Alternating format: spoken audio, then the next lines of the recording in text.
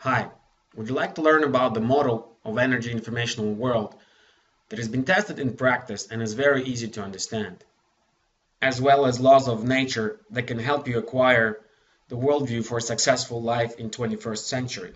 Well, that is exactly what are we going to talk about in this webinar. You're welcome to write things down, but if it's your first time watching this webinar, I would suggest just keep an open mind and see if the information presented resonates with you. We will also provide you with the tools, visualization techniques that you will be able to use in order to improve your life in pretty much all aspects of it.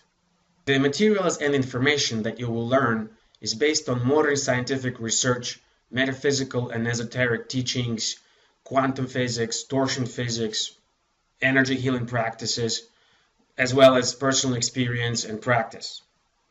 However, to find out if the things that we are saying really work, you're going to have to try them yourself.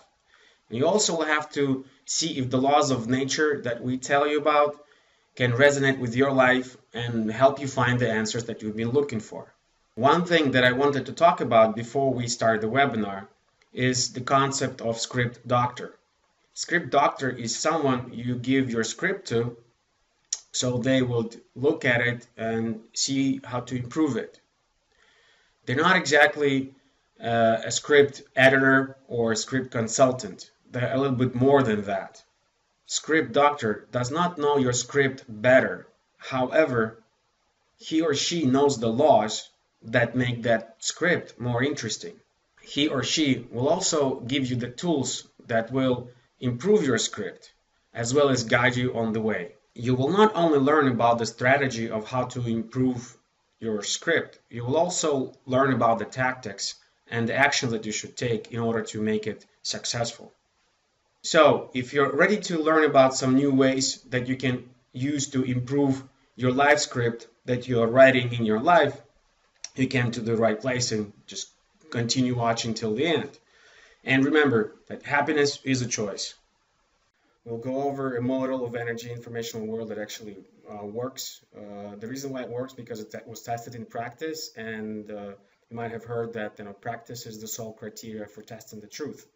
So, with that in mind, and for those who are wondering, who am I to talk about all of this, and what sources I use and why am I have a right to talk to you about this. Just give it a chance and look at it, and if it resonates with you, great. If it's not, it's your own choice. But keep in mind that all of these things are tested in practice, and they do really work. I mean, I used them myself. I know many people who did, and it did help in many different situations in life, and it really does help and improves whatever you do in your life. To be if you're a film director, if you're you're in a business, or just a doctor or anyone. So a lot of these things actually really do work, and they really do help.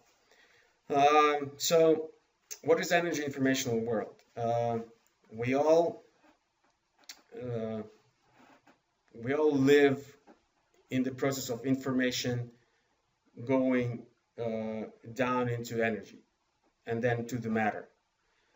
Basically, the relationship of a matter to energy is the frequency relationship. I mean, matter has a lower frequency than energy, and information has a higher frequency than energy.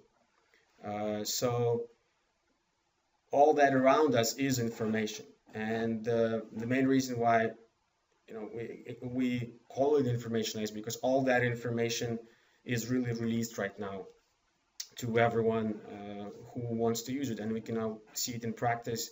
By using the internet, for example. Internet is a very good example of it's a very good model of energy informational work. You can literally find anything you want, and you can do whatever you want with this information. You just really need to know how to be able to find this information, and how to tune yourself to that information. And a very important thing that I would like to talk about is that the truth and the belief, when they go together, that's where you get knowledge. And knowledge is something that you can relate to, something you can actually experience. and something that you can use in your life. You can get results from it. So by believing in something, you not necessarily uh, will get the results. You actually not necessarily, you might believe in some illusion, and then with time you just, some things happen and you break this illusion, and you basically become disillusioned from what happened. When your belief coincides with the truth, then you get the real knowledge, and that's when you can use those experience and that knowledge for your own benefit. Then you can uh, continue search for the truth. Another very important thing to remember is that truth is not something absolute. Everyone has their own truth, and you eventually, through visualization techniques and through your life experience, you will get the ideas of why everybody has their own truth and why you should respect that just for your own benefit. To Here's the model that I would like to touch upon a little bit. It's the model of evolution of you could say our planet, or any the steps of evolution that you can see. First, when the Big Bang theory and the whole Big Bang thing happened, and the planet was born, we all got elements. I mean, you can look in the periodical table to see what elements got first, and there's actually right now more information about the periodical table, and that information actually says that some elements were left behind, like ether. It was actually even before the uran, I think that was the first element, and those elements basically created the matter, and they were non-living and they had no intellect. I mean, you can argue with about the non-intellect, but they didn't have their own intellect. They were and they had no really life. They have energy, but they're not exactly living. Then with further evolution, our planet encountered the animals and plants, the flora and fauna, and they were living, but they really didn't have their own intellect. I mean, you can say that all of them are governed by the group intellects that the species that they hold, but they're not independent in doing so. That's why it was the next step of the evolution, when something would be living but without an intellect, without ability to independently function. Was the whole system of what is basically a food chain of who eats who, to get to the next, to evolve and to live further, to survive. The next step in evolution was pretty much us humans, and we have intellect and we are living beings. And throughout the last years, centuries, the whole humanity was evolving from one step to the other, and it's actually another very big topic on evolution of humanity, and it's really, it can describe very well using the chakra system, and we will touch a little bit about it later on. So uh, uh, just when we go into chakras and what kind of chakras, what their functions, and how can you find ways to communicate with them. So the next level of evolution, which we're kind of right now on the verge of being humans and actually learning about energy informational world, is the energy informational beings and energy informational world, which do have intellect and they're non-living, meaning that they're basically above matter. They're not living as to don't have their physical bodies, but they do exist, but they just exist on the higher levels of on the higher planes of existence. And for us to understand and grasp those ideas, we just need to tune our brain to do so. And we will cover that as well, and we talk more about it 1 hour webinar. Okay, here you see basically a picture of human brain waves. Our brain, or human brain, works as a very complicated radar system. We can perceive information from cosmos, from outside, from external environment. Our brain transforms it further into energy, and this energy, protects us after. And we'll go through the steps of how it happens. The main idea to keep in mind is that the reason why many people believe, and many scientists believe, and they prove it as a fact, that human brain, people use their brains only for up to 10% of its capacity. That's because most of the things that our brain actually works with has not been kind of discovered yet. The same concept as electricity existed 300 or 400 years ago. Nobody just found a way to explain how it works. The same with energy informational world. Until someone finds the model and the way or theory to how to explain how things work, then it will be able to, people will be able to understand and use it. The same way, a long time ago, everybody thought that our planet is flat. And right now we all think it was a pretty dumb idea. But if you really think about it and try it, if you go into the field and just look around you, it looks flat. And there's on that level, it was a good idea. You thought that it was flat, and so you tried to explain how things work, and you accepted this model.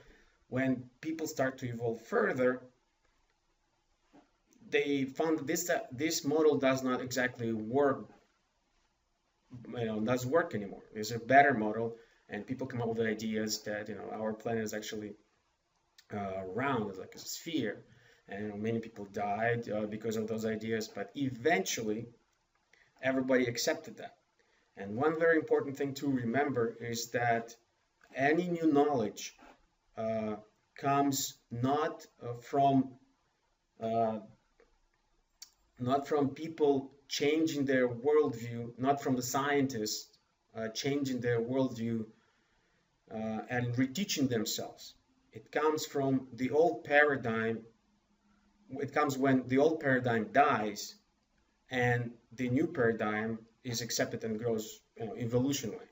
So nature evolves, and people sometimes, other than revolutionize. Revolutions are something that humans make, because nature does things step by step. In an evolution spiral. When people are used to things, or they want things to change rapidly and quickly. The same thing kind of happened in last year in the 2012 thing. Everybody thought that on the 21st of December it's all gonna go boom, or we're all gonna get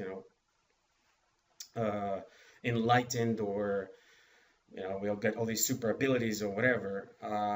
However, nobody really thought that for us, one day is it's a one day, 1 second. If you go deeper or go further into space, that's not even a time. There is no time. If you go to a different level. So the whole planetary alignment thing is happening, and the date of 21st December 2012 was the date of the peak of that planetary alignment, because the whole change into the golden age started in 1986 or so, and will go on until a few more years ahead. So this event on the cosmic level, yes, it's a 1 second on a cosmic level, but for us it could be like 30, 40, or 50 years. So it's a very important thing to remember, that we understand time differently than entities on the higher plane. So another way to understand why it is kind of hard or why is it difficult for us to find the ways to communicate with them, because we do tend to have different uh, types of models on how to do things. And this model that we're going to talk about actually offers a very interesting element, the way that makes sense of how things work, and will actually allow you to perhaps even get some answers that you were always wondering about how things work. So before we go any further, I would like to show you a little cartoon. It's actually from TED educational series, and it talks about how farming is related to internet. It's an interesting concept, and it also talks about some paradigm shifting. So let's just watch it, and then I'll talk more about it.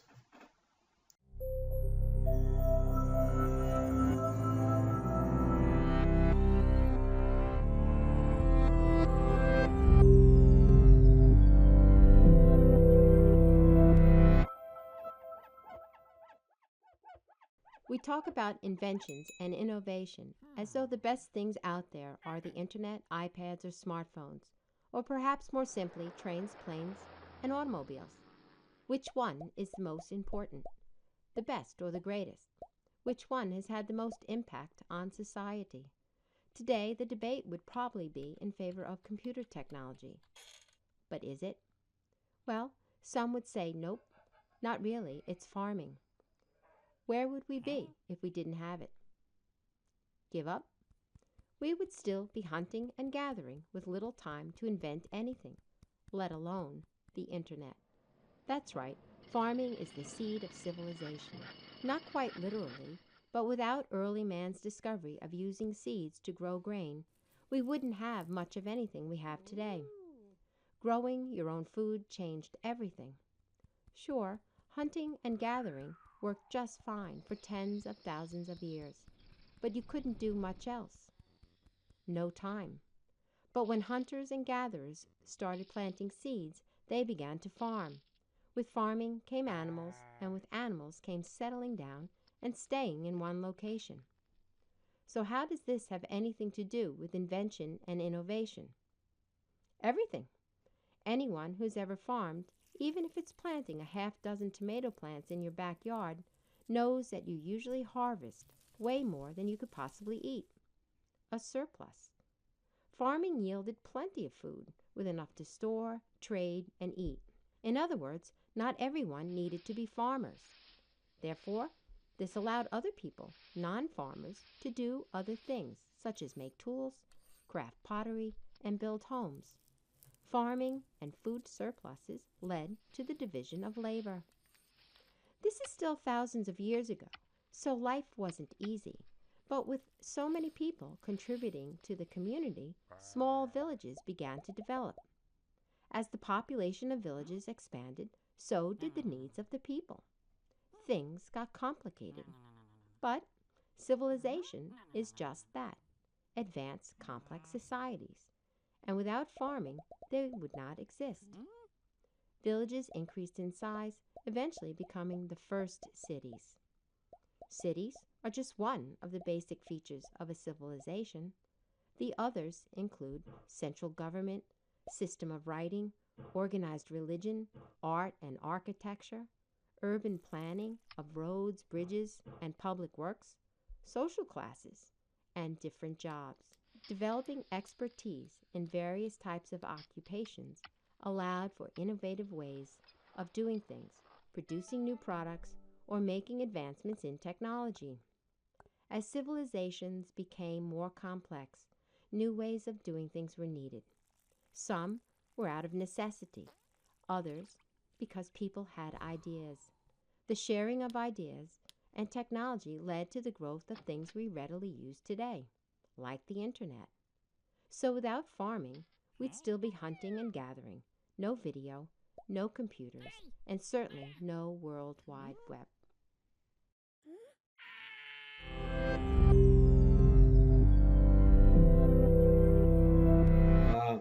one thing that I wanted to touch about this little video is I mean, the main thing is really correct. Is the farming led to to people develop, and the whole evolution process was people were just walking around forest, gathering, hunting. Then finally they had farming.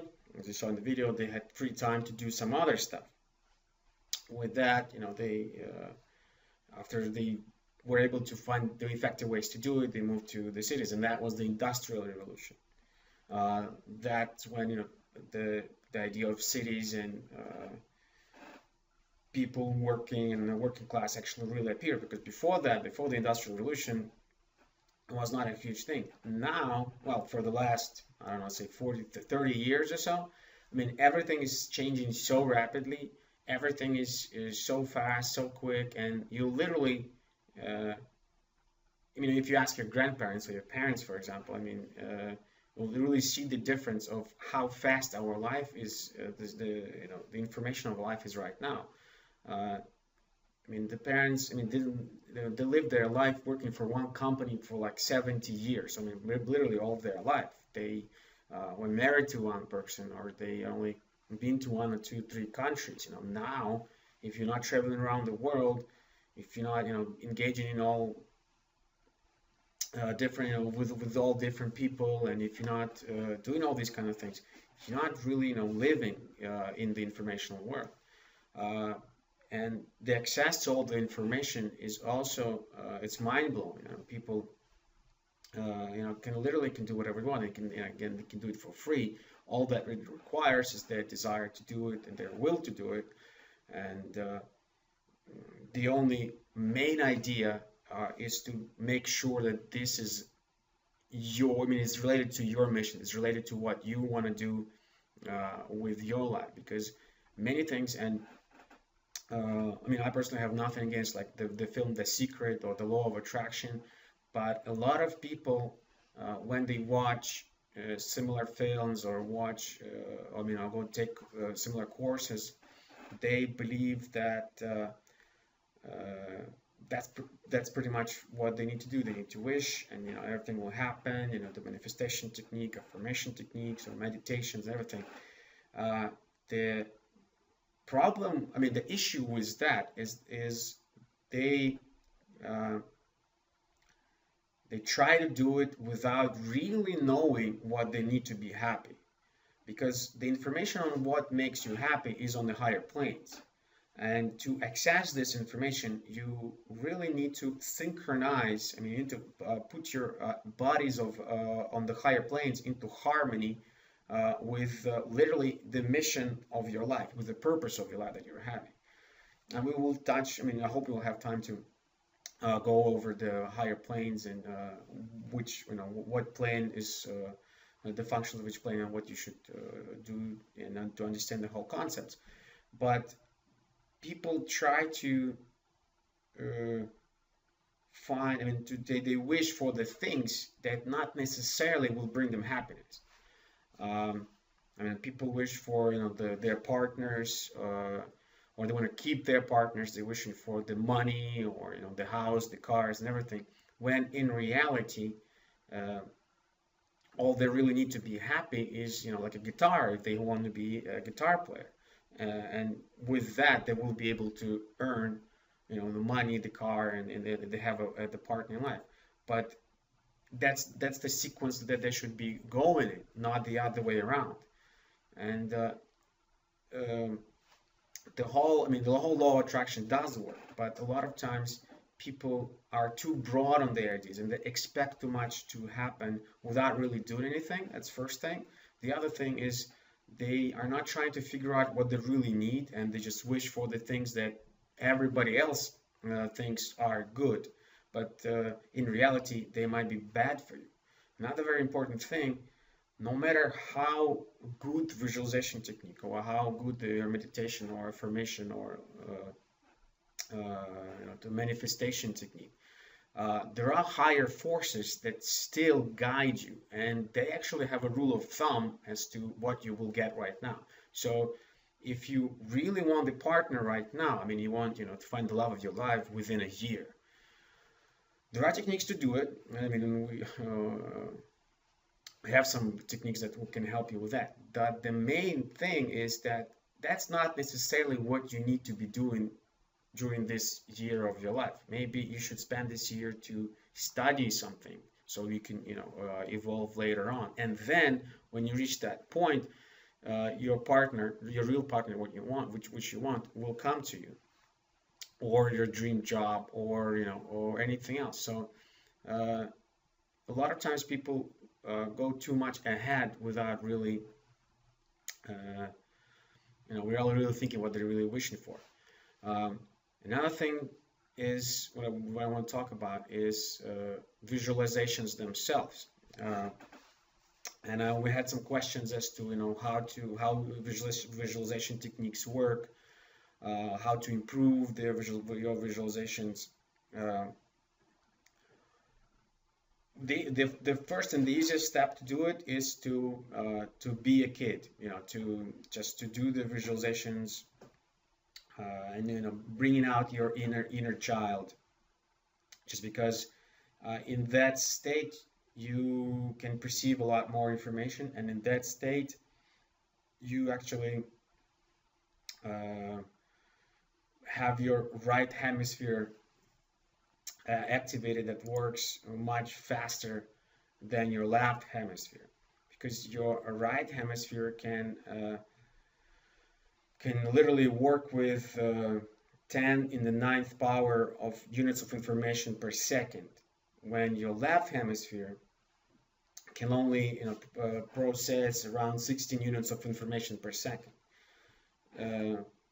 That's why, I mean, a lot of creative people are considered to be like crazy, and like psychics, or people with extraordinary abilities. They're like, what are they seeing? That's not true, because they actually are able to to get to that information. They're able to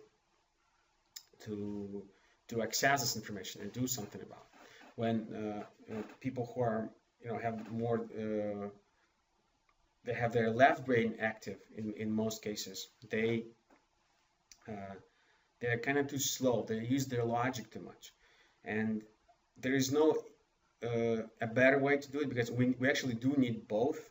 The only thing is that right now uh, we need to use both on a different level for us to survive, for us to be successful in what we do. And for that, we do need to develop our right brain to access more information, and we have to also develop our left brain to be able to filter all that information that the right hemisphere can access to us. With visualization techniques, that's possible. And in reality, actually, visualization techniques is the universal language. I mean, images themselves is a universal language. I mean, I tried it myself. I think it was in Thailand, and I mean, they know English, but they don't. Most of them don't know really Russian. And the advice was, I mean, what I tried was ordering something in a restaurant in Russian, but just visualizing it. I mean, just to having the image in my head to do it. And the waiter would come up to you and he goes like, what do you want? You tell them in Russian. They're like, okay. They didn't even ask me to, or try to, put it in the menu. And they actually brought what I was looking for. And that was like really a surprising thing. And I tried it in many different places, and that's actually the way it really works. And when you even talk to people, and when you want to get your ideas across, when you visualize things, when you trying to get these ideas as image across, you will get much better chances to get this information across them, so they will actually understand you better. And that's actually the principle of how visualization techniques actually work. They are based on your ability to visualize the images, the suggested images, and those images that we will talk about them today are again based on the research and on the practice that's been done for the years. And I found the proof that a lot of these visualization techniques work. I mean, you can take Silva method as a very good example of ways on how to use visualization techniques, and it's a very popular method around the world. However, it's quite basic because pretty much, but it's very good. It's a very good start to if you have problems or you have trouble with visualizing. It's a very good start. It's to the Silva method. One other good thing to do is to improve your skills in visualization techniques is to train yourself in all kinds of arts. You can start painting, writing, playing music, or any types of things that help you to bring out your creativity. Because and if you say like, well, I never painted, I never play music, I have a bad voice, anything. The truth is, everyone can actually do it. We all have a certain potential in what the things to be doing. But when it comes to things like art and creativity, we all pretty much have that in us.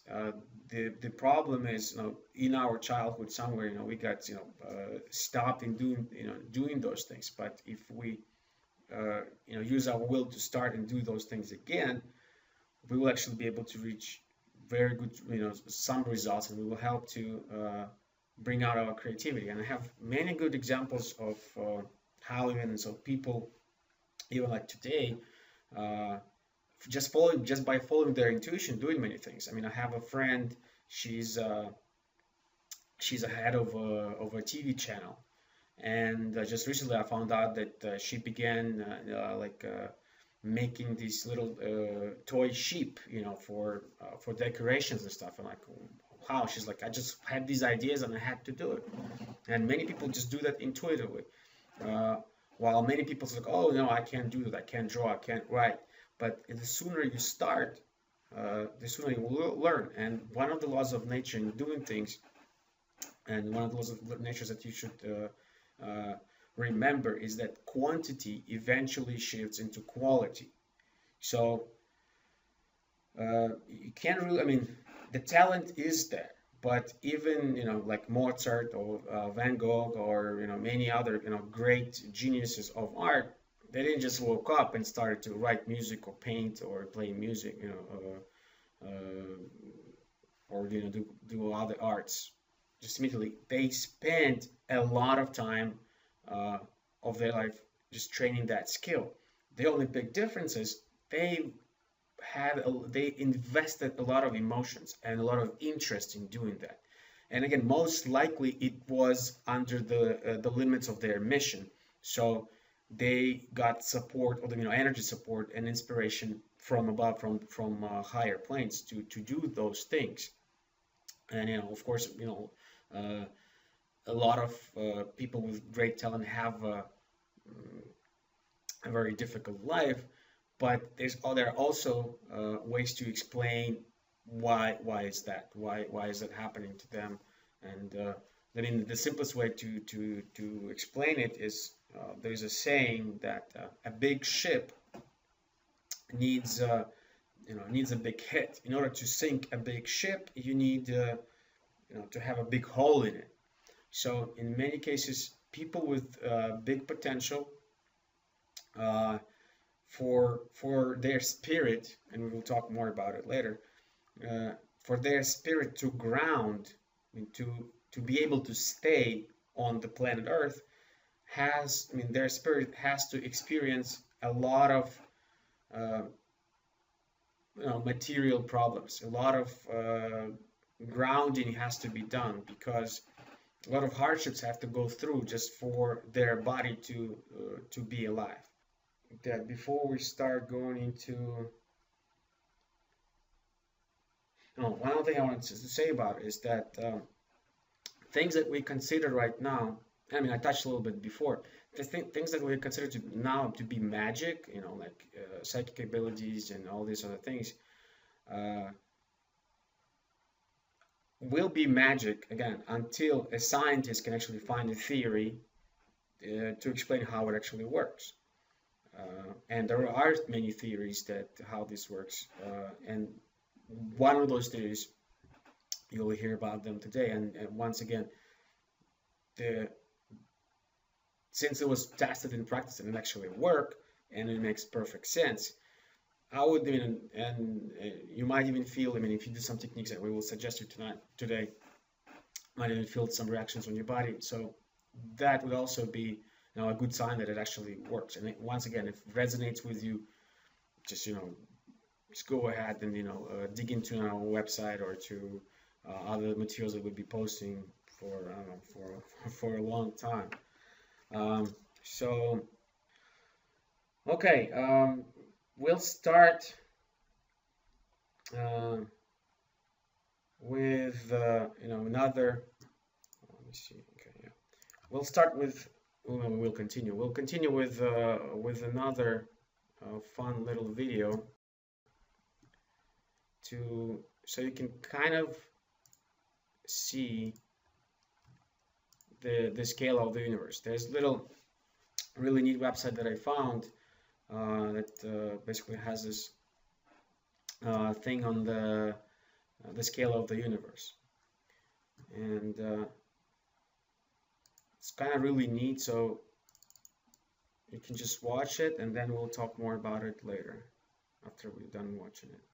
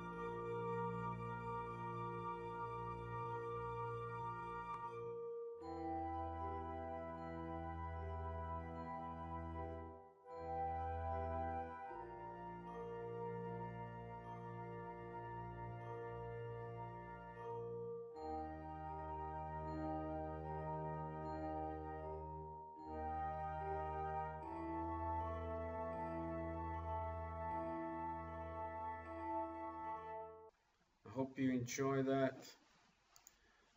I found it really neat video, and it really shows quite well the size of us. As humans, and how the universe, how everything works. So exaggerating our presence is it's possible. Many people do it, but if we really understand and really embrace this, I mean, the scale of what's happening around us, and take time to find the ways to really communicate and cooperate with the higher planes and with our world, um, our life will get better. We'll have a much more interesting life. We'll have a lot more events happening to us. We'll be effective in little things we do, and actually simply because we are following the mission that we were here to do. And we're being happy about it. And so next you will see how our brain works and how everything comes into place. So most people have a brain, as you know, and you can see that the field surrounding our head or in our brain, the electricity that goes on around it, the information that flows around our head and our brain allows our brain waves to direct their attention to certain things and to receive so-called informational solitons. Those are the packages of information that our brain receives, then to transform this information into energy, which the energy then later on will be transformed into the physical, into the matter. That's why any problem on the informational level will eventually have a physical result, unless, of course, you are communicating on the informational level with your higher bodies. Then you can actually receive warnings on the things like sicknesses, on accidents that might happen in your life, and those are the people with extrasensory abilities. They're the people who have a brain that is able to do it, and that's pretty much about it. There are people with more talent to do that, and people with less talent to do it, just because of what their mission is. What is the purpose of their life here? So we receive these information solitons, and our brain receives these information solitons. It transforms them into energy, and they go through certain the brain zones, and there's a lot of scientific research about it, and you might already heard that, know that our brain has certain zones which are responsible for certain functions of our body, or for work of certain organs in our body. And so these solitons are directed to certain areas of our brain, and then it goes through the biologically active points in our body. This energy that is being transferred, we get information, we receive energy, then it's transformed, it goes through our body, outside of our body in a way, the electric waves, and they connect our body through biologically active points. And these are the points that are used in acupuncture, in techniques like EFT, and many other ways that can be used. Because if there is a clogging of a certain biologically active points, you can unclog it literally by tapping, or needles or energy with it. And that process itself, information energy, creates our energy shell, and in a way our human chakras as well, because the junctions of those energy flows create our energy centers or chakras. And we'll talk more about chakras in a little bit. So how does our brain really works, right? As after you saw the scale, and if you're interested, let us know, and we'll send you another very interesting video. I think it was done by the Discovery Channel or BBC. It was the video about fractals. And if you haven't heard about the fractals themselves, I would suggest even just typing it on YouTube and find out what they are and how they work. It's a very I mean, it's a universal idea. It's the math and nature, and they are everywhere. And even understanding the concept of fractals actually help you to understand the relationship between human, God, nature, and molecules and everything around us. You have to look at it from a different angle. So, with that said, our brain, in a way, is it's structured. You can see it here on the picture. It's very similar to what an atom and electrons are. So, basically our brain has its orbitals, and that's the way it interacts with the surrounding environment. So these little solitons are being picked up by the orbitals of the brain activity, and so they basically create that energy that we just talked about. There are three major orbitals of the human brain activity. We have a biological component of the orbital of the brain activity, which is our front lobe. We have social components, which is just above our ears. Those are like orbitals right here. And then we have a spiritual or creative brain activity orbital, which is vertical. And we will use the term vertical brain activity or verticalize yourself later on, just so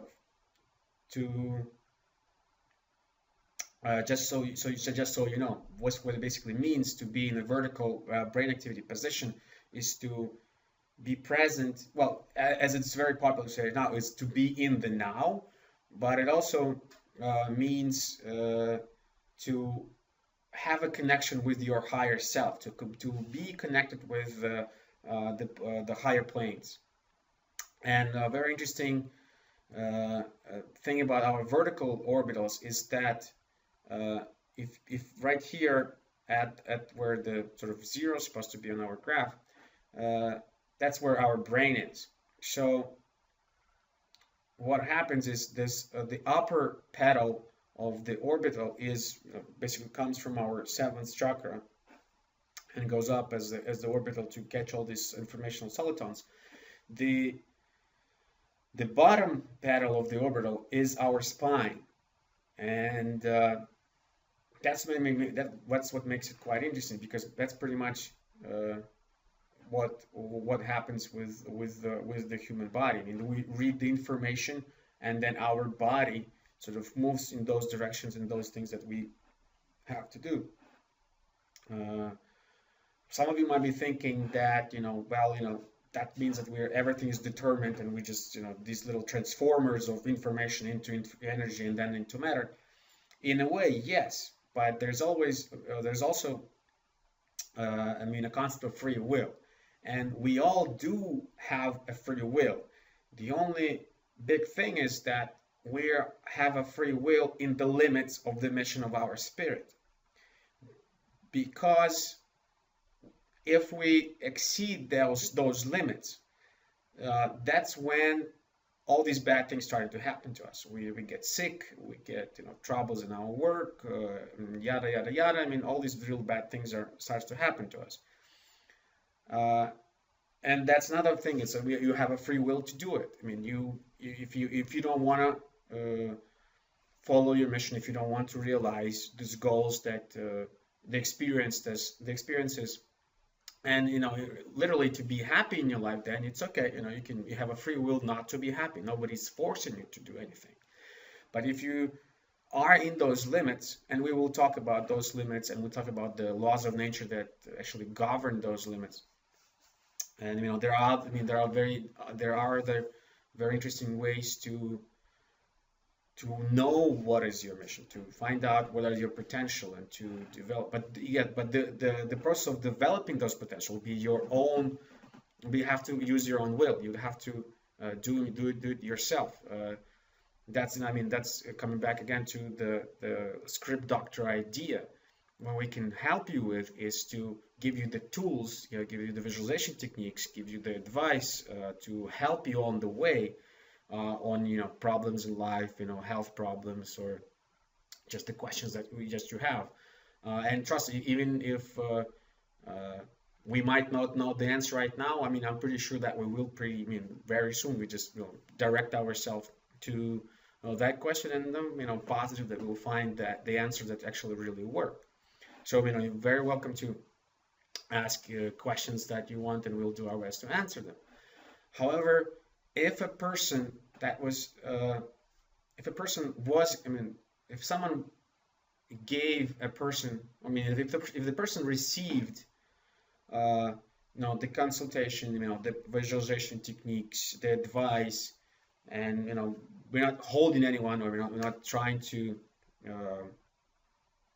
basically to get everybody paid for that, but those services will cost money, of course, because that's money and energy. Not a big huge 2-day seminar, or at least to talk about those things. But if that person comes back once again with the same problem, maybe up to 3 times we will be able to help that person. Otherwise, we will just have to say sorry, we cannot do anything for that person, because if you're not evolving, if you're not learning things and doing those, there's really nothing we can do. It's the same as some reason people believe that when they go to doctor, the doctor subscribes them something, they have to take those pills. Each suggests that you should be taking those pills for you to get better. And again, with all the information that you have, you can go online, type in whatever the diagnosis you had, and see, and maybe it was something wrong. Maybe he did a mistake. You ask a second opinion. You could go to a different doctor, but you have your own responsibility to do those things. And the concept of responsibility, if you evolve that concept as well, further down to everywhere in your life, to how you spend your time, how you work. Are you realizing your creative potential? How much time is you're invested in all of that? And again, there are laws of nature that can help you to figure out all these things. So coming back to our orbitals, with the time, direction of flow of time, I guess the other way. Yeah, I guess this way. Yeah, that would be correct. This way. As you can see on the picture, and I was just to try to I'll tell you more about this concept. It's a hard concept to understand, but the reality is the human body, human brain is moving in time. It's moving backwards. So literally, we are seeing future with the back of our head, because everything we see is already past. And everything we see, it's like the screenshots. We have a screenshot. That's exactly why, because everything you can see is already happened. And there are, the biological, and biological orbital of brain activity, it's right here. This one right here, and this one is right here. And all this model actually adapts quite well with all the other things, and it's not in any way. It's not this. It's another thing. It's just why it works. It doesn't go against any religion. It doesn't go against any belief. It just explains how things work, and this explanation, this model, allows for the visualization techniques to be a lot more precise, to be like a sniper shot. You can direct your attention exactly to the things, to the stress that you want to deal with, to the problems you want to deal with. However, you do need to find this way of communicating with your subconscious mind, with your higher self, and with your spirit. And that's where your own open-mindedness, your own willingness to try new things, and ability to use the right hemisphere comes into place. So this picture again, this kind of shows what I just talked about as to how we're moving in cosmos. I mean, it's kind of tough to contemplate on this concept, but if you kind of ponder it, I mean, it will settle down. But just so you know it, I mean, you can believe it or not, it's fine. But uh, the model, it kind of, again, it just makes sense. So our biological orbital, as I said, it's our lobe and the back of our head. These are the orbitals that basically manifest our body. This information that we receive from the field of the universe, from the external environment, all this information is all these little solitons get on those orbitals, and that's gets the information then transformed into energy into our brain, then our brain transformed into energy throughout our body, and then our body is formed. So that's how, in a way, the human body is formed. I mean, the information about who our parents were, what kind of karma we're gonna have, and we'll touch on that later. What kind of events in our life, what kind of experience are we gonna have, or are we the or potential of those experiences? Because uh, potential is a very interesting concept, because, and I think that's why a lot of people kind of misunderstand the astrology and numerology and many other things, because uh, the potential, I mean, literally gives you the chance to realize yourself in those, kind of limits in a way. But it's your own choice and your own skills and everything that you know that helps you to realize those things. So the person with the same potential, I mean, the newborn with the same potential, I mean, exactly the same, could end up being, a surgeon, a killer, and the guy in the market who chops meat. I mean, they will have the same potential, because literally they're kind of doing the same thing. They are chopping meat. The surgeon cuts human bodies, the killer chops human bodies, but in a different way, and the guy who chops meat, who chops meat in the market. So the potential is the same, and they have the energy to do it. But how they realize this potential, that's a totally different thing, and it kind of depends on, where were they born, where was the mission, and everything, all these other things. And there are techniques, you can help you to figure that out as well. I'm not sure if you have read it. There's an article in our blog. I think it was the body of memory, karma correction technique, or something like that. But basically, it gives a basic description of what is the body of memory and what is the mental body, and how to work with it. So if you haven't done so, I mean, I encourage you to, even after we're done, to read that article. And that article, in the end of the article, you just signed up. It's for free. You get access to the visualization technique that you can do on your own, that would actually help you to correct the events of your life. I mean, it kind of sounds corny, but it will help you to relive those events, but in a more mature way.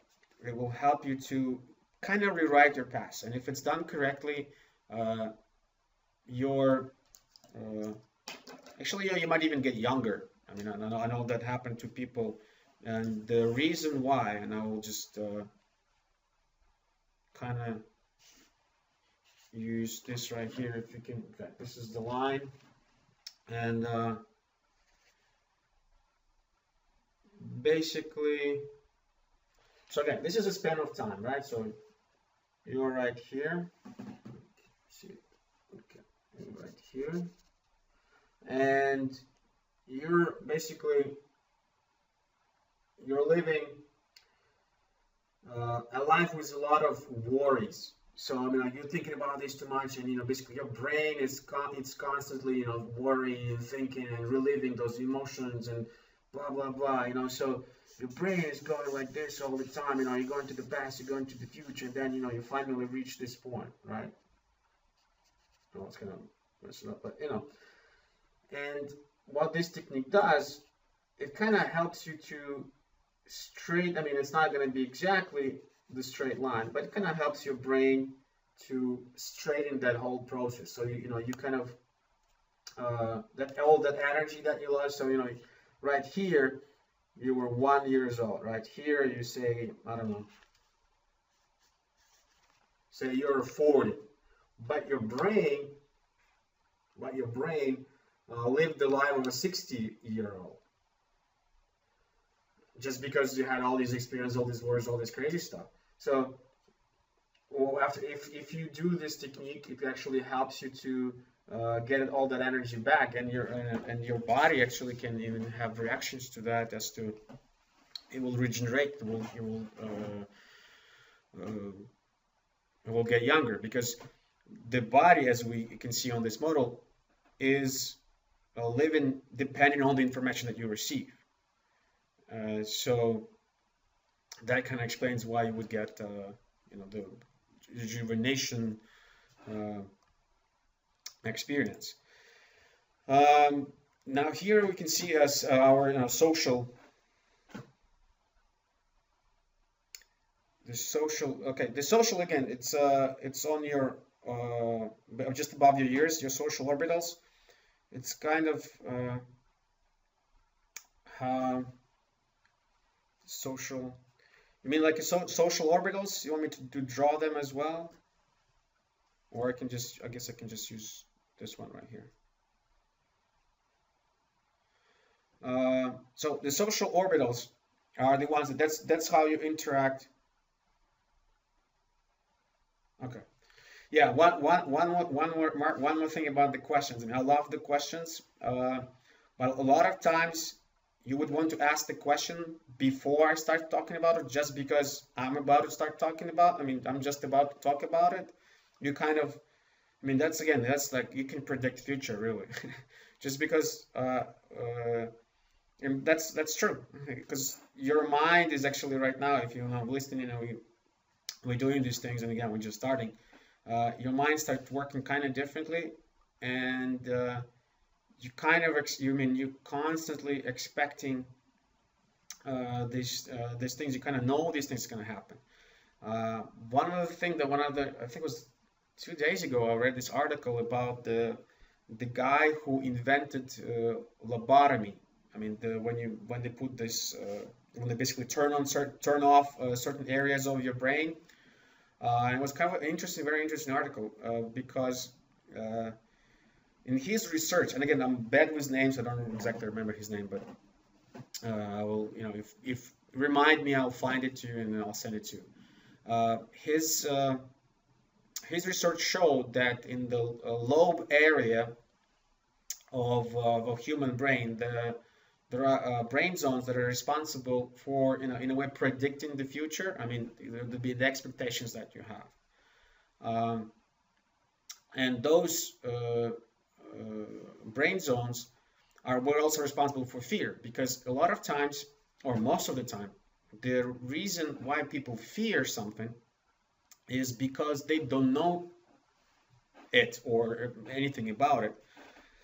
And they create, their imagination creates such a scary illusion that they basically wire themselves up and they begin to fear about it. But when it actually happens, I mean, it happened with all of us. I mean, you expect something bad to happen, and then you kind of go through it, and it's not that bad. I mean, even take me for example. I mean, I woke up today. I was like, oh, I'm gonna teach this webinar. Oh, maybe I shouldn't. Maybe I was just like, why should I do this? And it's like, oh, maybe I should, because another technique is to actually know your fears, to pin them down so you know them. And a lot of times your fears will be they'll be perfect guide to the things that you actually should be doing, because your fear shows you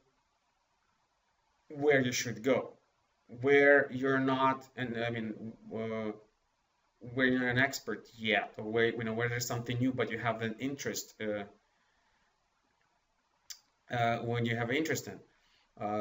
but there are different kinds of fear. So again, you should be able to, sort of work with them. That it doesn't mean that, you should, if you fear of heights, you should just, sky jump every day or something just so you get rid of it.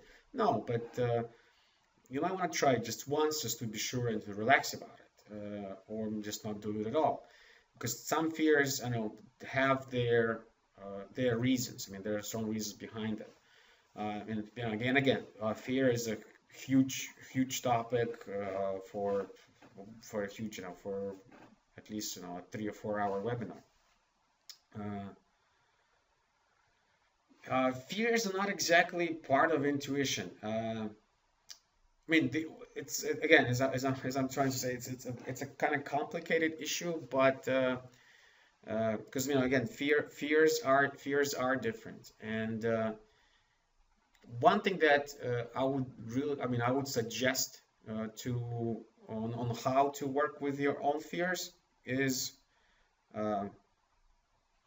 pick a situation that you fear, sort of categorize that fear. I mean, resonate with that fear, understand where this fear is coming from. Then you do it, and you see what kind of events happen on that way. I mean, this would actually allow you to know, was that fear what was a part of my intuition, or that wasn't a part of my intuition. And the way to test it, and the signs of how to test it, is literally, it's your body. I mean, as we talked right here, the information that is coming from the informational field eventually goes through your spine. And so if you're literally choosing a wrong direction, if you're trying to force through your will, and you have that power with your force to force your will to do something, even if you fear it. But if it actually harms you, I mean, you begin to feel bad, I mean, that's a very good sign that actually you're not doing. I mean, it's not coming from your intuition, because remember that the information is coming not only from your higher self. It can come from your parents, your ex-sexual partners, your friends, your teachers, anyone. I mean, or there are even entities on the higher planes that can try to, get you to do something just because that's kind of the way this is the way that allows them to exist. If somebody's listening to them, or somebody's doing what they're saying, that's the only way that they can exist. Because if everybody stopped doing that they would just disappear. And so with fears, see what your body is telling you, because your body is the best indicator if you're on the right way or not. Check your mood. I mean, if you're talking to this certain person, if you suddenly feel, your mood drops, you're feeling nausea, your solar plexus kind of, start to hurt, that now this person is most likely an energy vampire. And well, I guess we just can go ahead and talk about one of the easiest visualization techniques on how to protect yourself from energy vampire. So since we're talking about the fear, kind of led me to that topic. So yeah, if you meet someone who constantly wants your attention, I mean, or even if you are yourself acting like this, you're constantly trying to get this person or that person doing something, think about exactly what you're doing. Because if you're forcing your will out too much, maybe you're breaking basically certain rules or certain laws of nature. Because in any type of communication, both parties have to benefit. I mean, both parties have to receive benefit. Both parties have to benefit from any type of communication. Because if one party doesn't really want that communication or that interaction, that's basically a rape. I mean, that's on the different level. I mean, it's on an energy level. That's how we would describe it. So with energy vampires. And I mean, I have a lot of different videos on how to disconnect from energy vampire, what are the techniques to use. And one thing to kind of, I think everyone has to understand or have to realize that